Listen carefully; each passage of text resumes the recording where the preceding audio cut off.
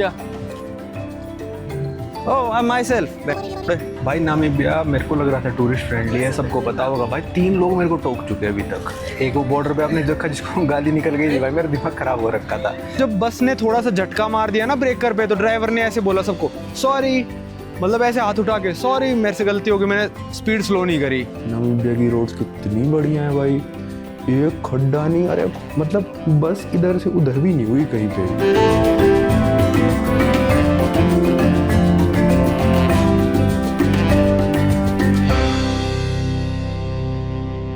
स्वागत है भाई आप सभी लोग का एक नए दिन में। मैं इस समय हूँ एंगोला के साउथ में, जो कि है लुबांगो शहर में। यहाँ से अपना प्लान है भाई आज का कि लुबांगो से हम पहुँच जाएं नामीबिया की कैपिटल विंडहूक। मतलब है तो बहुत दूर यार, 1200-1300 किलोमीटर है, पर कहते हैं कि नामीबिया की रोड्स बहुत अच्छी हैं। पर यहाँ से जो बॉर्डर है ना, वो ही 430 किलोमीटर है अभी, जो कि है सेंटा क्लारा। तो सेंटा क्लारा हम जाएंगे पहले, और फिर वहाँ से एक बस चलती है शाम को 5 बजे, जो अगले दिन सुबह सुबह 5 बजे विंडहूक पहुँचा देती है। और यहाँ वेदर पता है कितना होने लग रहा है अभी?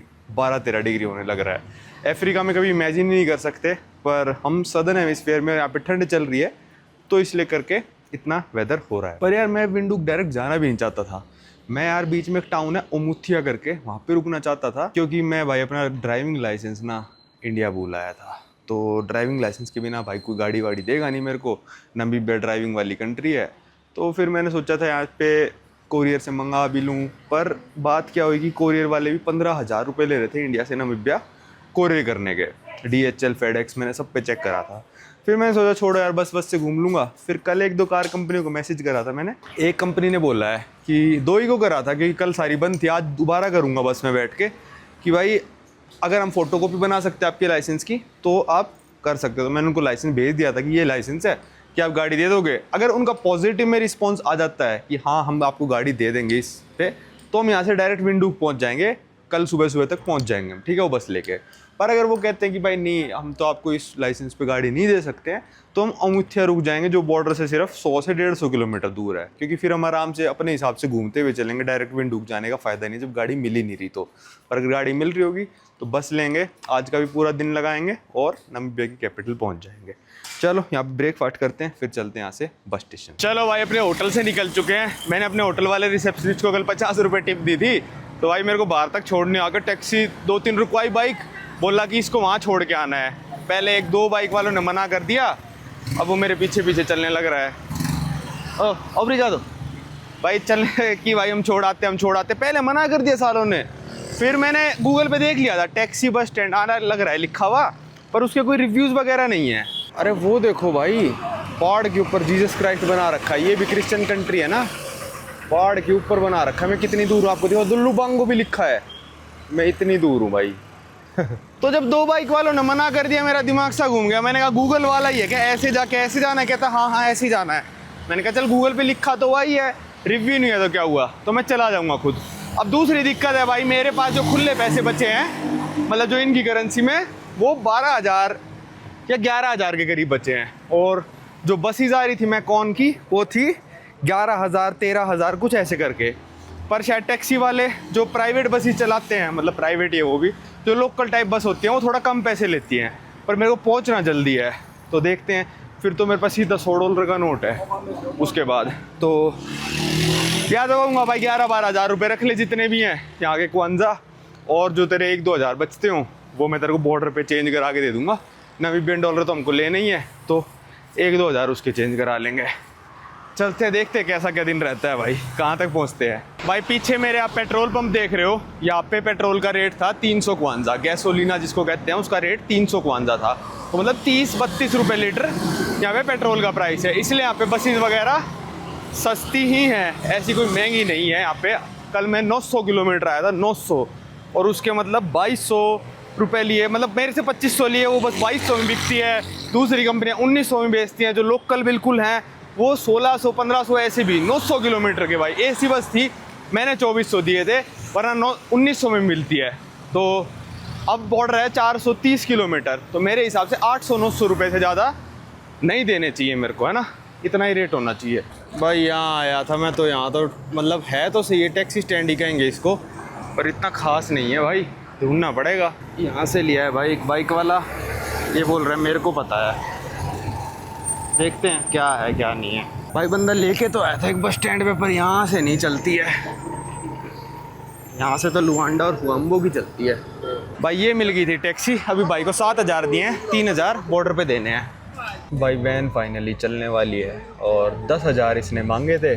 मेरे पास अपनी कलेक्शन मिला के कुछ 9.5 पड़े थे, तो मैंने कहा भाई 7 पकड़ ले अभी, और 3 में जब वहाँ पे नामीबिया की करेंसी एक्सचेंज कराऊंगा तब तेरे को दे दूंगा। फिर वो पानी लेने चला गया, थोड़ा मैंने इसलिए भी रख लिया भाई पानी वानी खरीदना पड़ जाए कहीं पे।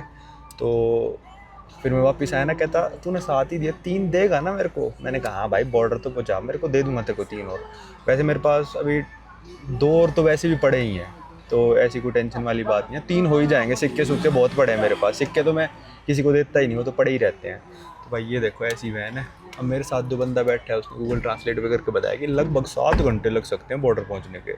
चलो अभी टाइम हुआ है 8:10, तो 7 घंटे भी लगेंगे तो हम 3 बजे पहुंच जाएंगे। 5 बजे की बस अगर हमको लेनी हुई तो। भाई ये अफ्रीका में पूरा कीड़ा रहता है।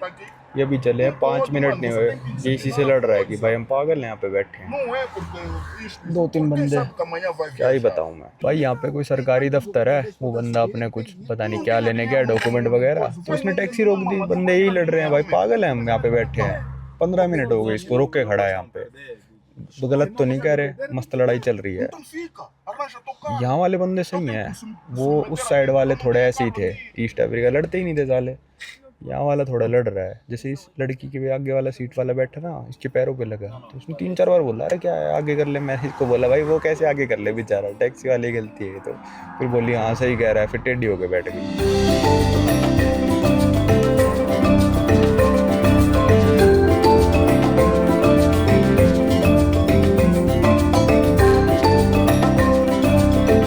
भाई 300 किलोमीटर बाद यहाँ रुके हैं हम तेल डलवाने, और बीच वाली लड़की वो चली गई। अब भाई देख बैठने का मौका मिला। अब ये देखो लेग स्पेस कितना है, इतना भाई, मेरा पूरा ये हाथ भी नहीं खुल रहा, इतना था भाई। सोचो मतलब मेरे पैर का भी आधा, और मेरा पैर बहुत छोटा है, हाथ भी छोटा है। अब थोड़ा जान में जान आई है, लगभग 300 किलोमीटर हो चुके, 130-140 और बचे हैं बस। लो भाई गाड़ी स्टार्ट नहीं हो रही, पेट्रोल पंप वाले धक्का मार रहे हैं हमारी गाड़ी पे। स्टार्ट हो गई, बताओ पेट्रोल पंप वालों से धक्का मरवा दिया, फुल गाड़ी बैठे थे लोग। अरे एक बंदा रह गया भाई, अच्छा ये खड़ा, ये लाल वाला ही तो लड़ रहा था शुरू में इनसे कि भाई रोक देते और जगह ये वो, आ जा बैठ जा। अब भाई बंद ना कर दियो गाड़ी।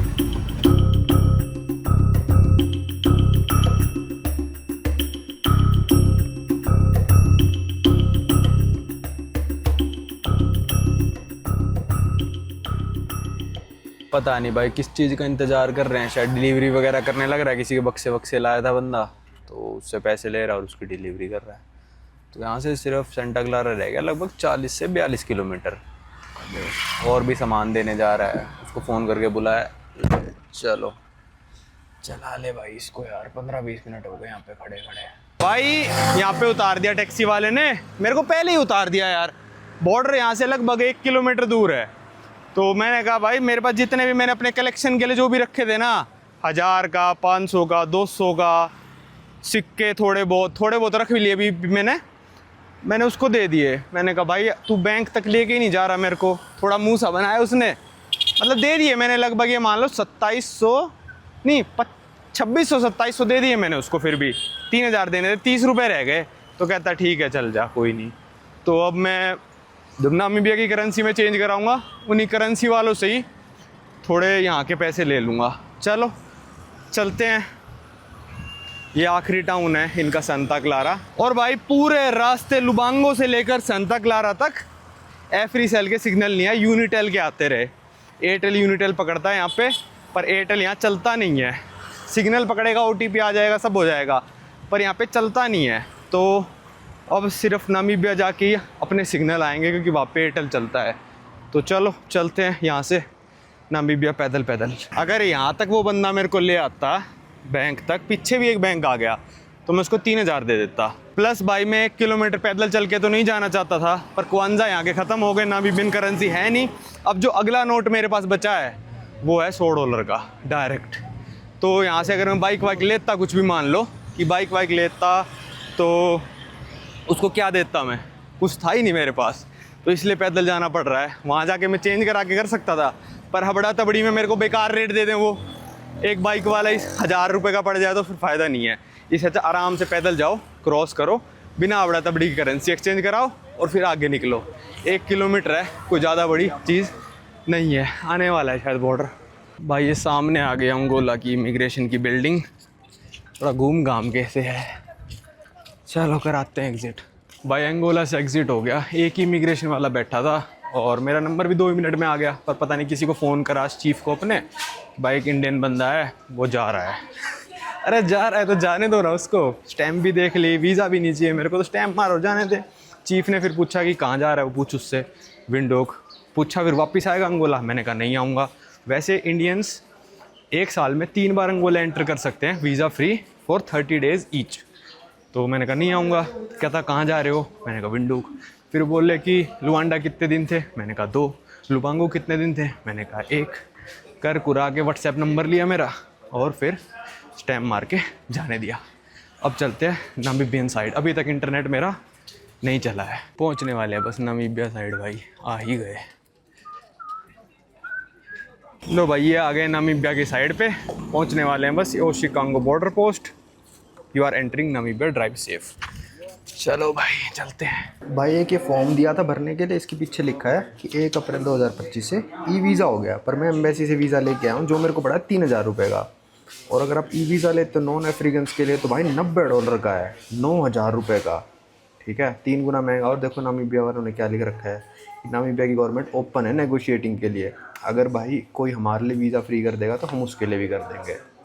भाई गवर्नमेंट कितना सही काम कर रही है यहाँ का, इसका मतलब। भाई ये नामीबिया वालों का सिस्टम ही नहीं चल रहा। अभी इन्होंने कहा कि वेट करो, सिस्टम जैसे ही चलेगा वैसे ही कर देंगे आपका काम। वैसे नामीबिया करप्शन फ्री कंट्री है, मतलब बहुत लीस्ट करप्ट है, करप्शन फ्री तो नहीं कहूँगा मैं, लीस्ट करप्ट है अफ्रीका में, तो इतना डरने वाली बात है नहीं। ब्लॉगर्स को सपोर्ट करते हैं लोग, क्योंकि टूरिज़्म इनमें मतलब काफ़ी बड़ा सपोर्ट करता है इनकी GDP को। तो भाई मेरे को लग रहा था नामीबिया 1 घंटा पीछे हो जाएगा, तो मैं काफ़ी रिलैक्स था, पर पता नहीं नामीबिया 1 घंटा आगे हो गया अंगोला से। अब 5:15 वाली बस थी, अब 4:22 होने लग रहे हैं। वैसे यहाँ से इंटरकेप का जो ऑफिस है, इंटरकेप बस है एक साउथ अफ्रीका की, ओशिकांगो शहर ही मतलब 1 किलोमीटर का है। तो जैसे ही पासपोर्ट पे स्टैंप लगेगा वैसे ही मैं चला जाऊँगा। हालांकि बस मेरी बुक हुई नहीं थी ऑनलाइन ना, तब जैसे ही चला बस बुक करने लगा, सिग्नल चले गए थे, क्योंकि कल डिसाइडेड था नहीं, अभी तक भी सिग्नल आए नहीं है मेरे, पता नहीं कहाँ जाके आएंगे। तो मैं फटाफट उनके ऑफिस जाऊंगा, टिकट हुई तो ले लेंगे, वरना भाई कोई और बस लेनी पड़ेगी फिर, और क्या ही कर सकते हैं। पर वो लग्जरी सी लग रही थी मेरे को, तो सीधा विंडोक पहुंचा देती हमको, कल सुबह सुबह पहुंचा देती 12 घंटे में। चलो देखते हैं। भाई लगभग 10 ही मिनट बाद इमिग्रेशन वाला आ गया, पासपोर्ट दे दे। एक बहुत बड़ी सी स्टैम्प भी लगाई है, विजिटर परमिट कुछ दिया है, पता नहीं क्या है वो, पर बढ़िया सी स्टैंप लगा दी। खुद ही आया बंदा उठ के अपनी डेस्क से, मतलब अंदर से बाहर, कि तेरा पासपोर्ट हो चुका है। तो मैंने उसको बताया भाई बस है 5:15 की, तो कहता अभी है आधा घंटा, पहुंच जाएगा तू। मैंने कहा चल ठीक है, तू कह रहा है तो। मेरी टिकट बुक नहीं हुई है, ये मेन दिक्कत है। भाई यहाँ पे नामीबिया में आ गया, बॉर्डर पोस्ट की वीडियो बनाने लगा, क्योंकि शुभम बोल रहा था भाई कि क्या, ओह माई सेल्फ, शुभम कह रहा था कि खुद इमिग्रेशन वाले आके उसकी फ़ोटो ले रहे थे बोर्ड के साथ ही, वो मैं तो लेने लगा, सिक्योरिटी वाले ने टोक दिया। पीछे एक बंदा चिल्लाने लग गया, पता नहीं क्या हो रहा है क्या नहीं हो रहा। यहाँ तो कहते हैं कि टूरिस्ट फ्रेंडली है, ये क्या घंटे का टूरिस्ट फ्रेंडली है। मैंने तो उसको बोल दिया कुछ कर नहीं पाएगा यहाँ पे, क्योंकि करप्शन थोड़ा कम है, पर ठीक है चलो चलते हैं। एक भाई ये नेट नहीं चल रहा, पता नहीं क्या है क्या नहीं है, कब पकड़ेगा नामीबिया के सिग्नल। विंडोक पहुँच जाऊँगा तब पकड़ेगा। 10 लोगों से पूछ लिया। अरे ये रमैकॉन का तो यहीं पे है ऑफिस, इंटरकेप का देखते हैं। भाई यहाँ बताया, और यहाँ पे लोग अच्छी इंग्लिश बोल रहे हैं। यू सी दैट एयरप्लेन, मैंने कहा एयरप्लेन, उसी विंडो के अंदर ऑफिस है। बताओ मैं कैसे ढूंढ लेता। भाई ऑफिस मिल गया, वो मेरी टिकट भी बुक करने लग गए थे। फिर मैंने कार्ड से पेमेंट कर सकता हूँ, कहते नहीं। मैंने कहा डॉलर से, कहते कर सकते हो। फिर उसका बॉस बोला कि इसको कह दो कि चेंज करा लाएगा यहाँ से, इंटरनेशनल करके ये सुपर मार्केट सी है, यहाँ से चेंज करा लेते हैं पहले। भाई अंदर बैठा था एक गोरा, और यहाँ पे भी जो बस कंपनी में टिकट बुक करी थी उसकी हेल्पर गोरी थी एक। यहाँ पे काफ़ी सारे गोरे रहते हैं नामीबिया में, यहीं के हैं, नामीबियंस ही हैं वो, ऐसा नहीं कि बाहर से आके बस गए, मतलब आए होंगे, उनके पूर्वज आए होंगे बाहर से। तो तो $100 के दिए उसने, 1600 नमीबियन डॉलर। पता नहीं क्या रेट चल रहा है भाई, शायद 16.5 का चल रहा होगा। 50 से एक नमीबियन डॉलर उसने अपने भी रखे ही होंगे, ऑब्वियस सी बात है। हमको भाई फटाफट काम करना है, तो चलो पहले टिकट लेते हैं, फिर कुछ खाने का ये चटर पुटर सा लेना पड़ेगा भाई। भूख तो बहुत लग रही है, पर अब टाइम बचा नहीं। मेरे को लग रहा था कि 2 बजे पहुंच जाएंगे, 1 घंटा पीछे होगा नामीबिया, ये पता नहीं 1 घंटा आगे कैसे हो गया। चलो चलते हैं फटाफट। भाई 440 की बस कराई और 60 का नोट भाई, 50 का देखा है, 3 का सिक्का देख लिया, 60 का नोट, बोले नई मनी है। 60 का मतलब लॉन्च करने का क्या मतलब है? या तो इनका कोई 60वां इंडिपेंडेंस डे होगा या फिर कुछ ऐसा ही होगा, मेरे को तो यही अंदाज़ा है। अभी कुछ भी नहीं पता क्योंकि नेट नहीं चल रहा। भाई वो आ गई अपनी बस, इंटरकेप, वही होगी, एक ही चलती होगी। और कितनी चले? हाँ एक ही चलती है यहाँ से। और मुथिया से मैंने विंडोक सर्च करा था तो एक यही है। अगर बीच रास्ते में भी आपको कहीं उतरना है ना तो यही है। मैं आ रहा था तो मैप पे एक चीज़ और नोटिस करी मैंने कि भाई यहाँ पे जितना भी एरिया है ना, ये मतलब मान लो 300-400 किलोमीटर का पूरा सर्कल है, यहाँ पे लगभग 99% ऑफ द टाउन्स के नाम ना ओ से शुरू होते हैं। ये आप साइड में स्क्रीनशॉट देखो, बस सारे गांव हो चाहे बड़ा शहर हो, कुछ भी हो, ओ से शुरू होएगा। ये भी ओशिकागो है। ओमुथिया एक आता है बहुत बड़ा टूरिस्ट टाउन, पीछे जहाँ पे बड़ा टाउन अंगोला साइड आया था, ओंजीवा, तो सारे ओ से नाम, सारे के सारे। इसमें सीट नंबर नहीं है, कह रहे हैं कि आपकी असाइन करेंगे। अगर यहाँ छोटी बस आती है तो एक टाउन में उतारेंगे, फिर वहाँ पे बड़ी बस में बिठा के असाइन करेंगे। अगर बड़ी बस आती है तो यहीं पे असाइन कर देंगे। तो मैंने कहा ये तो पहली बार देखा है। अरे तुम कर ही दो ना असाइन, क्या हो गया। मेरे साथ 3 बंदे भेजे हैं, वो भी पैसेंजर ही थे, बोले इसको छोड़ देना। मैंने कहा मेरे पास नेट नहीं आ रहा, तो बोले ठीक है। भाई ये तो दुनिया ही बदल गई यहाँ पे आते ही। देखना पीटर्स टेक अवे, ये वो पूरा शॉपिंग मॉल सा है भाई, कमाल है। ये हमारी बस है भाई। यहाँ पे टेक अवे की दुकान पे ही आ गया था मैं। राइस ले लिए मैंने, बीन्स इसके ऊपर ही डाल दो, बीन्स। और ये फ़िश है, चिकन इतना सही नहीं लग रहा मेरे को, फ़िश ज़्यादा सही है। तो ये 3 चीज़ ले लेते हैं, खाते हुए जाएंगे भाई, क्या पता कितना टाइम लग जाए ना।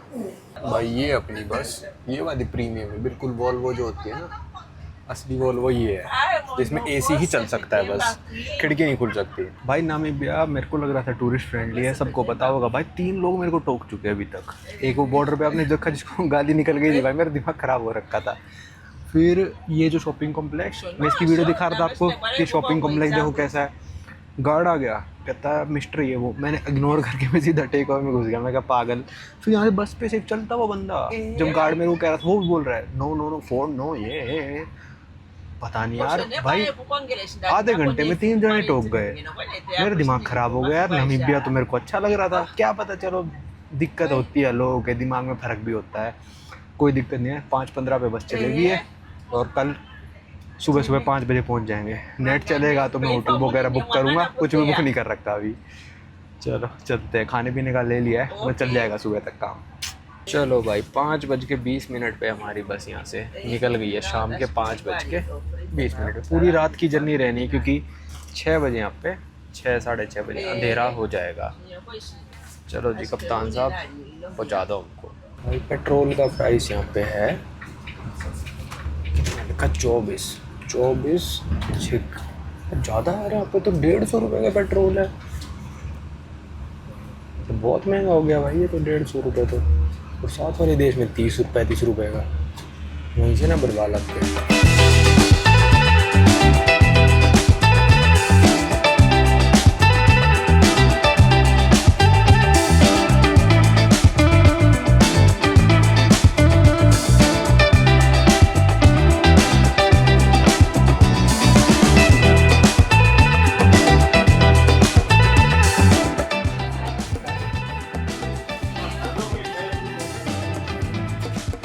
वो देखो भाई सारे नाम ना ओ से हैं, ओ टावी, ओ नारी, ओ शक्ति, पता नहीं सारे के सारे नाम ओ से हैं भाई। भाई यहाँ मेरे पीछे इंटरकेप वालों का बड़ा ऑफिस है। यहाँ पे पता नहीं ओशिकाशी कौन सी टाउन में आए हैं, अंदर घुस गए।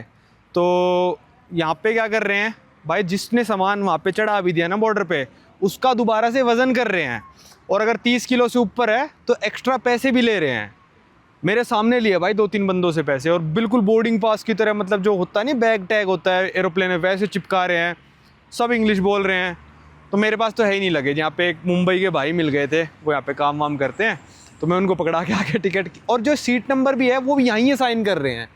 ये देखो इंटरकेप का ये ऑफिस है, यहाँ पे 2-3 इंटरकेप की बस भी खड़ी हैं। तो भाई बिल्कुल मतलब बिना करप्शन से के काम चलने लग रहा है। किसी का 30 किलो से ज़्यादा है तो भाई पैसे दो, एक बंदी से ले लिए अभी पता नहीं 13 नामीबियन डॉलर या 30 नामीबियन डॉलर कुछ ऐसा। और भाई सारी रोड मक्खन, मतलब मेन रोड से हट के हम गाँव वाली रोड पे आ गए, दोबारा मेन रोड पे जाके मिल जाएंगे। मक्खन रोड है भाई। आप ये देखो ट्रैफिक लाइट्स पूरे फुल बोर्ड के साथ, मार्किंग वगैरह सब लोग फॉलो कर रहे हैं इंडिकेटर दे के, और एक खड्डा नहीं आया अभी तक भाई रोड पे। मैं तो हैरान हूँ यार देख के, मतलब मक्खन बिल्कुल यार। और मैं बताऊँ आपको, जब बस ने थोड़ा सा झटका मार दिया ना ब्रेकर पे, तो ड्राइवर ने ऐसे बोला सबको सॉरी, मतलब ऐसे हाथ उठा के सॉरी मेरे से गलती हो गई, मैंने स्पीड स्लो नहीं करी। भाई मतलब वो बंदा भी बता रहा है कि ना यहाँ पे थोड़े गोरे भी ज़्यादा रहते हैं और ये लोग भी काफ़ी डिसिप्लिन्ड है यहाँ के लोग ना। वो 3-4 लोग जो मिले थे उनको इग्नोर करो, ऐसे तो मिलते ही रहते हैं भाई, ठीक है। उन्होंने भी कुछ ऐसा ज़्यादा नहीं बोला, मैंने भी उनको गाली बक दी, कोई दिक्कत वाली बात नहीं है। विंडो के यहाँ से ज़्यादा दूर नहीं है, तब भी 12 घंटे इन मक्खन रोड पर क्यों लग रहा है? ये इसलिए लग रहा है क्योंकि यहाँ पे टाइम वेस्ट होता है भाई। लगभग आधे पौना घंटा वेट करते हैं, उन पर बैग टैग लगाते हैं, सीट असाइन करते हैं। अब मैं बैठा सबसे आगे था, अब मेरे को पता नहीं कौन सी सीट मिलेगी, मेरे को वहाँ जाके बैठना पड़ेगा। तो यहाँ पे सारा टाइम बर्बाद सा होता है। ये सब सिस्टम इनको ऑनलाइन कर देना चाहिए और एक वेइंग मशीन ड्राइवर को ही दे दो भाई, रखे रहे और इसको नापता रहे और चढ़ाता रहे, नापता रहे और चढ़ाता रहे। तो यहाँ पे लगभग आधा घंटा हो चुका हमको रुके हुए, देखते हैं अब कितना और टाइम लगता है। तो सुबह पहुँचेंगे 5 बजे। नेट मेरा यार एयरटेल का चल ही नहीं रहा, पता नहीं क्या, वो बीच में 3G आता है, 2-3 मैसेज आते हैं फिर चला जाता है, कुछ दिक्कत सी आ रही है। चलो अब तो भाई से ले लेंगे, भाई मिल गए तो भाई नेट तो दे ही देंगे, यहाँ पे काम करते हैं। चलते हैं, आ जाओ आगे चलते हैं। भाई को टिकट पकड़ा के आया था कि मेरी सीट नंबर करा देना, क्या पता करा दी हो। चलो बस भाई 1 नंबर बस, 1 नंबर सड़कें। ये देखो भाई वेइंग मशीन भी लगा रखी है इन लोगों ने, पहली बार देखा भाई मैंने ऐसे बस ऑफिस में वेइंग मशीन वगैरह लगा रखी हो। चेक इन वगैरह भी चलता है, कह रहे हैं चेक इन कराओ पहले। भाई अभी एक लड़की आई जहाँ पे हम बस का चेक इन वगैरह करा रहे थे ना, आके फ़ोन दिखाया, कहती did anyone leave the phone in the office. भाई बड़े ईमानदार लोग हैं, मेरे को लग रहा है किंचासा वगैरह में होते तो वो वही चुरा लेती फ़ोन। एंगोला वगैरह में भी गायब था फ़ोन, वो मिलने का नहीं था। पर यहाँ पे भाई मतलब करप्शन भी नहीं है, लोग भी मेरे को ईमानदार से लगे, ड्राइवर भी अगर झटके लग गए, ड्राइवर बोल रहा है सॉरी, तो यहाँ पे सिस्टम तो सही है मेरे हिसाब से भाई। और इंग्लिश बोल रहे हैं, सबसे बढ़िया बात तो भाई ये है इंग्लिश बोल रहे हैं। बहुत माथापच्ची हो गई मेरी तो भाई फ्रेंच फिर पुर्तगीज़ कर करके, यहाँ सही है इंग्लिश का सिस्टम। भाई ये देखो जहाँ पे हम अभी हैं ना, वहाँ से विंडहुक जो है ना सिर्फ 712 किलोमीटर है और भाई 7 घंटे 19 मिनट दिखा रखा है। इसका मतलब रोड तो भाई बहुत ही धमाकेदार है, ठीक है। और 7:30 हो चुकी है ऑलरेडी, तो 9.5 घंटे हमारे पास। तो ये रुक रुक के जाएगी, पैसेंजर उठाते छोड़ते। यहाँ पे भी बहुत सारे टूरिस्ट आते हैं, मेरा भी प्लान था पर अभी थोड़ा ड्रॉप कर दिया मैंने। तो रोड्स तो काफ़ी अच्छी हैं पर यहाँ पे बहुत टाइम वेस्ट कर दिया यार इन्होंने, मतलब सिर्फ 50 किलोमीटर दूर आके यहाँ पे 2 घंटे लगा दिए।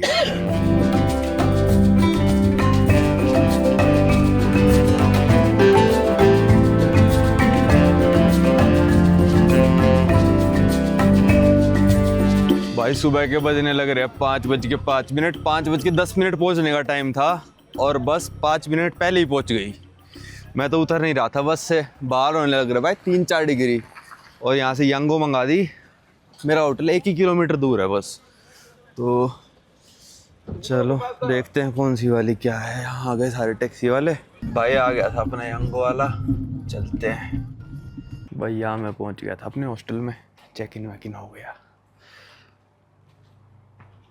लो भाई ये पहुंच गया अपने हॉस्टल, और हॉस्टल बड़ा ही अजीब है, मैंने पहली बार ज़िंदगी में ऐसा देखा है, ऐसा हॉस्टल। तो चेक इन वगैरह हो गया, इसका दे रहा हूँ मैं लगभग $18 पर डे का। तो रात को मैं पहुंचा यहाँ पे 5 बजे, तो इस दिन का भी मैंने दे दिया। मैं इतना जल्दी चेक इन को नहीं देगा वरना यार। तो बस में लेने का फ़ायदा नहीं हुआ कुछ भी, कि पैसे बच जाएँ एक रात के, नहीं बचे वो। तो अगर बस वाले वहाँ से कुछ 8-9 बजे चलाए ना और यहाँ पे 8-9 बजे पहुँचाए तो बंदों के बच जाएँ पैसे। पर ये चलाते ही वहाँ से 5 बजे और यहाँ 5 बजे पहुँचा देते हैं, तो पैसे बचते ही नहीं यार। ये इनको थोड़ा टाइम और लेट करना चाहिए, 8 से 8 कर लो, तो 9 से 9 कर लो। मैं तो कह रहा हूँ आराम से खाता पीता आता फिर वहाँ से। चलो खाना पीना तो अपना हो ही गया था, वो मच्छी वगैरह जो ले ली थी वो बस में खा ली मैंने। भाई सफ़र क्या ज़बरदस्त था, नामीबिया की रोड्स कितनी बढ़िया है भाई, एक खड्डा नहीं, अरे मतलब बस इधर से उधर भी नहीं हुई कहीं पे भी। मतलब मैं जब बैठा था ना, मतलब हिल ही नहीं रहा था मैं। अगर फ़ोन देख रहा हूँ ना तो फ़ोन देख ही रहा हूँ, नज़र मतलब कंसंट्रेट करने की जरूरत नहीं पड़ रही, ऐसा लग रहा है कि नॉर्मल रखा हुआ है फ़ोन, बिल्कुल कहीं पे घर पे ही बैठा हूँ मैं। इतनी स्मूथ रोड थी भाई। बस भी बहुत अच्छी थी, टॉयलेट भी थी बस में, किसी चीची भी नहीं करनी पड़ी कि भाई बस रोक दे टॉयलेट करनी है ना। तो मैं आपको हॉस्टल का कमरा दिखाता हूँ भाई। एक बेड तो ये है, ठीक है, इसके नीचे स्टडी टेबल है। मेरे को लगा भाई 2 बेड डॉर्मेट्री थी बस, तो कि अपना कोई भी बंदा नहीं होगा क्योंकि इनके इतने नहीं बिकते होंगे इस टाइम पे, तो मैं क्या नीचे वाला बेड मिल जाएगा। भाई दूसरे वाला भी ऊपर वाला ही बेड है भाई। ये देखो, एक बंदे के लिए इतनी सारी अलमारी बना रखी है, दूसरे बंदे के लिए भी इतनी सारी अलमारी बना रखी है, देखना, ठीक है भाई। यहाँ पे इस बंदे के लिए स्टडी टेबल वगैरह, स्टडी टेबल में यहाँ पे रखने का, ये देखो इस बंदे के सारे ये बना रखे हैं। फिर इस बंदे के चाय कॉफ़ी के सब कुछ सेम, एग्जैक्टली सेम इस बंदे का। टावल वगैरह, अब मैं ये पूछना भूल गया, कंबल यही है क्या? यही लग रहा है मेरे को तो। कंबल क्यों ज़रूरी है भाई? यहाँ पे भी होने लग रहा है 5 डिग्री सेल्सियस, और हो सकता है -2-3 भी चला जाए आने वाले दिनों में, क्योंकि विंडुक थोड़ा हाइट पे भी है, प्लस यहाँ पे सदर्न हेमिस्फीयर में विंटर्स चलने लग रहा है। अब काफ़ी नीचे आ गए हम, लगभग 22-23 डिग्री साउथ आ चुके, तो काफ़ी हो जाता है वो। तो चलो सोते हैं भाई।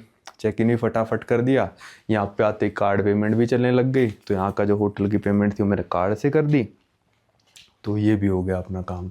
टैक्सी वाला भी आ गया, देख लो यहाँ पे सुबह सुबह यांगू में, उसका बिल आया 14 का, और शायद 6 का चल रहा है नामीबियन डॉलर, या फिर 5.5 कुछ ऐसा ही है। तो कुछ भी नहीं आया भाई। तो मैंने उसको 20 का नोट दिया, मैंने कहा पर तू यहीं पे वेट करता रहा, मेरे को खुले नहीं चाहिए। मेरे को एक इंडियन बंदा मिल गया था बस में, तो उन्हीं से मैंने नेट लिया था। फिर मैंने कहा उसी बंदे का छोड़ दियो मेरे को, अगर नेट वो ना चले तो कहता ठीक है। तो 20 भी दे दिए मैंने, तो कुछ भी नहीं दिए यार। तो मतलब था भी वैसे 1 किलोमीटर, कोई ज़्यादा दूर भी नहीं था, ये 1-1.5 किलोमीटर गाड़ी से था। तो बस चलो इस वीडियो को रखते हैं यहीं तक। ये हम पहुंच गए अपनी इस सफ़र की आखिरी देश में। देखते हैं अब कार रेंट मिलती है नहीं मिलती। उनसे आज भी बात करी, उन्होंने बोला कल हम आपको प्राइसेस वगैरह बताएंगे, तो देखते हैं क्या होता है क्या नहीं होता है। और भाई बस में इतनी ठंड हो गई थी कि टावल ओढ़ के लेटना पड़ा, क्योंकि मैं तो जैकेट वगैरह लाया नहीं था। मैं तो ऊपर वाले देशों के हिसाब से सब कुछ अपना पैकिंग वैकिंग करके आया था। तो ये मतलब दिन में सही हो जाता है, पर रात को भाई 3-4-5 डिग्री हो जाता है, तो ठंड हो जाती है। तो ये ओढ़ के लेटा हुआ था। तो इस वीडियो को रखते हैं यहीं तक, अब आपको मिलेंगे अगली वीडियो में।